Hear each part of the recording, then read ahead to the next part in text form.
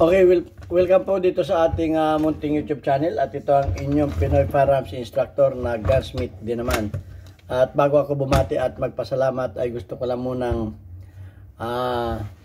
basahin ang katanungan ni JPCC Stipe. Okay, sabi niya, Sir, magandang araw po sa inyo. Ako po ay bago po sa inyong subscribers. Tanong ko lang po, Sir, tungkol sa 12 gauge or disabog na tinatawag. Ito yung shotgun na kamukha nito. Ito po, tanong ko, Sir, kapag bumili po ako ng disabog ko, siyempre with LTAP na po yun. Halimbawa po na nakabaril ako ng tao at nalusutan ko po ang krimen. Di po ba lahat ng firearms natin ay nakarecord sa krami o pulis? Paano po kaya niya ma-trace ang baril ko gayong wala naman pong raya ang 12 gauge? Ano po ang batayan nila? Okay, tinatanong niya, wala naman itong rippling. Ang mga baril nga naman ay may, may ballistic. Paano mababalistik? Kung ako'y, ang pagkaano ko dito ay yung ballistic ang tinatanong niya. Clean bore ang ang mga shotgun. Paano daw malalaman ng mga otoridad yung kanyang baril o paano malalaman kung yung ba ay ginamit sa krimen? So yun ang pagkakaintindi ko. Kaya sasagutin natin yan sa abot ng ating kaalaman. Okay, hindi naman tayo Mr. hindi tayo pero magbibigay lang ako ng aking opinion. Bago yan ay gusto ko lang pasalamatan ang ating mga subscribers na nagla-like at nagsishare ng ating mga videos dahil tayo umabot na ng 46,800 plus na mga subscribers. Dahil po yan sa inyong pagla-like at pag-share. At lalo tigit maraming salamat do sa mga hindi nag-skip ng ads dahil nakakatulong naman kayo para madagdagan ang ating mga subscribers. At lalo tigit maraming salamat din sa mga silent viewers na hindi nag-skip ng ads dahil nadadagdagan naman yung ating mga revenues na ang ating kita sa YouTube channel ay tinutulong natin sa ating mga beneficiaries na ng mga estudyante na anak ng single parent. Okay, at salamat din sa nagpadala dyan sa ating GCash number. Huwag po ninyong tawagan yung number na yan para bumili ng baril. Wala po kami pinagbibiling baril. Tawagan po ninyo yan o mag-message kayo kung kayo ay may ipaabot na tulong sa ating mga beneficiaries. Mag-message kayo para kayo ay ma-recognize ng ating YouTube channel kagaya ni Aljon Dating at Jubet Francisco ng Teresa Rizal. Okay, at lalo tigit maraming salamat kay Sir Noli Peace America ng Virginia, USA. Sir, maraming salamat sa muli mong pagpapadala sa ating premier videos. Malaki sir ang naitutulong mo sa ating mga bata.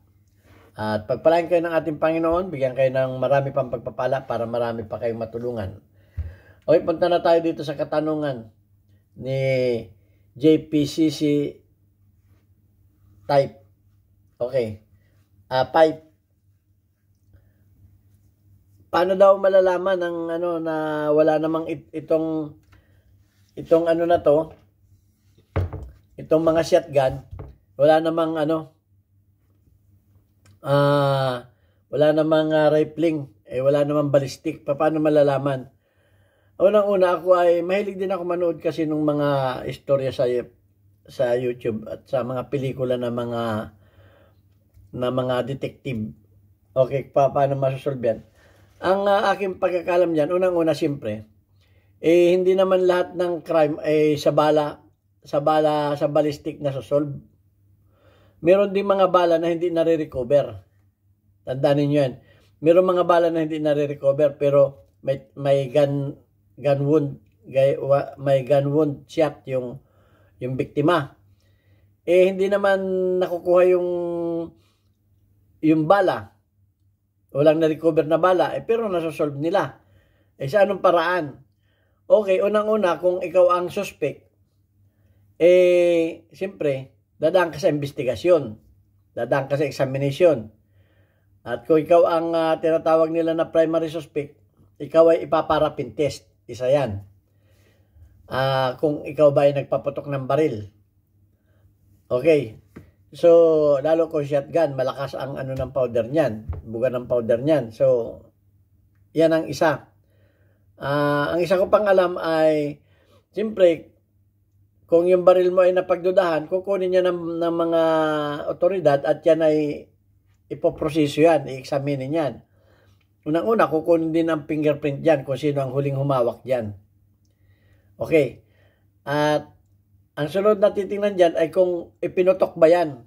Malalaman nila yan ng mga forensic expert kung kailan pinutok yan, kung bagong putok ba yan o matagal na yung ipinutok. Malalaman nila yan. At ang isa pa dyan ay okay, walang ballistic. Pero may na-recover silang basyo. Okay. Itong basyo na ito, examine nito. Titingnan ngayon ang firing pin, ang tama ng firing pin ito. Ngayon, ipuputok din nila yung baril mo. Iko-compare nila yan. Doon sa yung na-recover na bala, na basyo, halimbawa may na-recover, iko-compare nila yan. Dahil hindi man magkakapareho yan. Dito na kung meron akong imang bala dito na shotgun na ipunutok sa ibang baril. Sandali lang.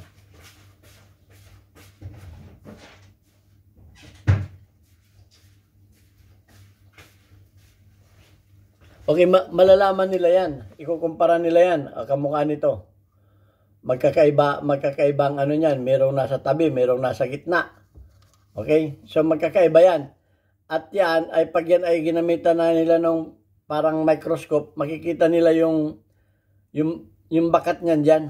Makikita nila. So, yan ang isa pa. At makikita rin nila yung mga gas-gas dito. May kukumpara nila yan. Gagamitan niya ng talagang parang microscope na ano. At chichikin din nila. Siyempre, chichikin din nila yung chamber niyan. Chichikin din nila kung malalaman din nila kung sa chamber mo naman makikita yan. At saka yung basyo, makikita yan kung dyan yan galing. Dahil may mga gas-gas yan, makikita nila yung kamukha nito, may mga gas-gas yan. Oh. Ano, malalaman nila yan kung kagaya ba yan nung na-recover na basyo. Sa basyo lang, malalaman yan. Okay, kasi mas madaling ma-recover ang basyo eh. Kisa dun sa bala. Ang bala kasi minsan malayo ang ano, hindi na makita. Pero ang basyo, pag tumalsik dyan sa at napulot ng mga ano, kaya pinupulot yan. Okay, tingnan niyo iba ang ano ng basyo nito, ang bakat ng basyo nito dito, kisa dito, iba. So malalaman nila yan dyan. So, hindi lamang sa bala na nalalaman nila kung yung baril ba ay ginamit sa crime. At marami pa akong, yung iba naman, may napanood din ako na ano, walang na-recover. Wala, kahit nga yung baril, wala. Meron nga, hindi na-recover yung baril eh. Meron ako napanood na ano, na sa mga detective sa US, wala silang pinaganalaan kung sino ang pumatay. Walang na-recover na murder weapon, walang na-recover. Pero may sa baril na napatay. Yung asawa yung damit nung in-examine yung damit ng asawa, kung ano yung suot niya nung ginamit. May nakuha mga residue. May nakuha mga residue dito ng mga gunpowder sa damit. Dahil nung ipinutok niya, yung ventilador papunta sa kanya yung hangin. Tiningnan yung ano, sa loob ng bahay ito nangyari. So, wala silang suspect. Hanggang sa yung damit ng asawa, babae pa yun ha, babae pa yun. Doon nakuna ng ebidensya. So marami ang ebidensya na pwedeng pagkukunan ng mga kung anong baril bang ginamit diyan. Yung ang walang baril nga walang na-recover na baril, wala kahit anong na-recover. Nalinis yung crime scene. Ay na ano din nila. Napakagaling ng mga ano natin yan, mga forensic at detective. Nalalaman nila yan. So far, yun lamang ang nakikita ko na isang paraan na Ang shotgun, wala nga ballistic, pero sa basiyo, malalaman din yan. Sa empty shell. O kaya dito, malalaman din yan. Kung may na-recover na ganito, maikumpara yan doon sa chamber at doon sa doon sa chamber at doon sa firing pin. Malalaman nila yan. Ang isa pa dyan, itong ano na to, bumabakat din ito. Kita ninyo yung ano na yan, bumabakat din yan.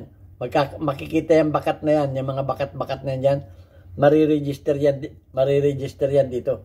Hindi lang natin kita sa mata, pero pag yan ay sinilip nila yan doon sa parang microscope nila, makukumpara nila yan dito.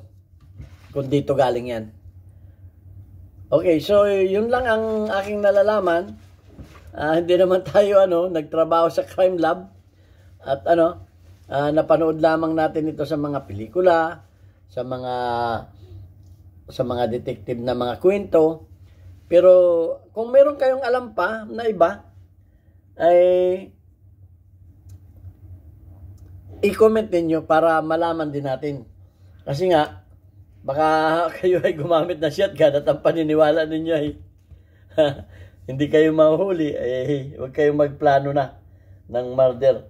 Malalaman din yan dun sa iswaswab yan, iswaswab.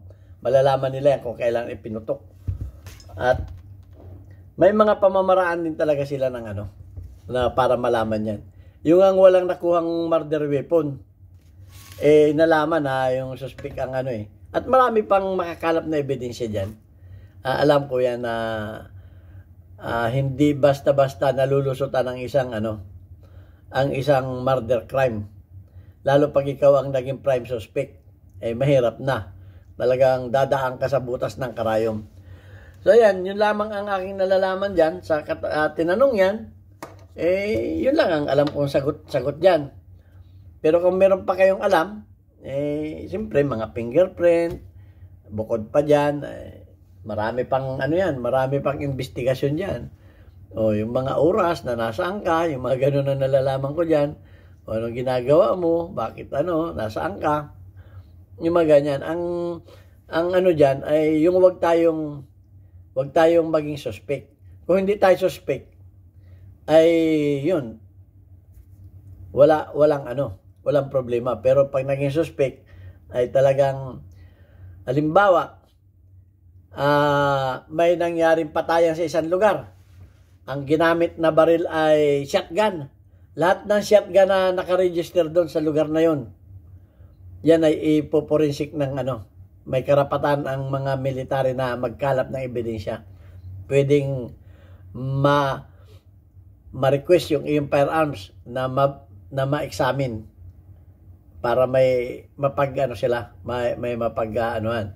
Kaya sa isang lugar na may crime scene na binaril, pag ang nakita doon na baril halimbawa ay caliber 45, posibleng yung lahat ng mga kapitbahay doon na may nakaregistered na firearms, pwedeng i-request ng mga otoridad na ma-examine. Yan ang mga yan ang mga nalalaman ko tungkol diyan sa mga crime na ganyan. So yun lang. Kaya sabi ng iba, may pa daw yung walang license. Mas delikado yung walang license. Lalo pag nahuli ka. Okay, so ibang usapan na yan. Ayan, at yun lang natin yung ating mga community spotlight ngayon. Ang ating mga weekly highlights of your most engaged audience members, including your top commenters. Okay, shout out kay Alfredo Isidro or Dosipay ng Las Piñas, 100 plus ang iyong engagement, perfect. Thank you very much. Shout out din kay Daniel Di Guzman. Meron kang 16 engagement. At shout out kay Tumi Aparisi. Meron kang 100 plus engagement, perfect. Thank you very much. At shout out din kay JNF. Meron kang 13 engagement. At shout out din kay Karim Sapayani. Meron kang 36 engagement. Okay, at shout out din sa mga kababayan ko sa Pinamalayan Oriental Mindoro. Bisitahin po ninyo yung aming bagong tayong Papa Burgers. Diyan sa dati kong machine shop sa Alvarez Street, Pinamalayan Oriental Mindoro. Okay, mura lang dyan. 40 pesos, buy one take one na burger. Napakasarap. At marami pa kayong mapagpipili ang mga masasarap na pagkain dyan. Okay, hanggang sa muli. God bless us all.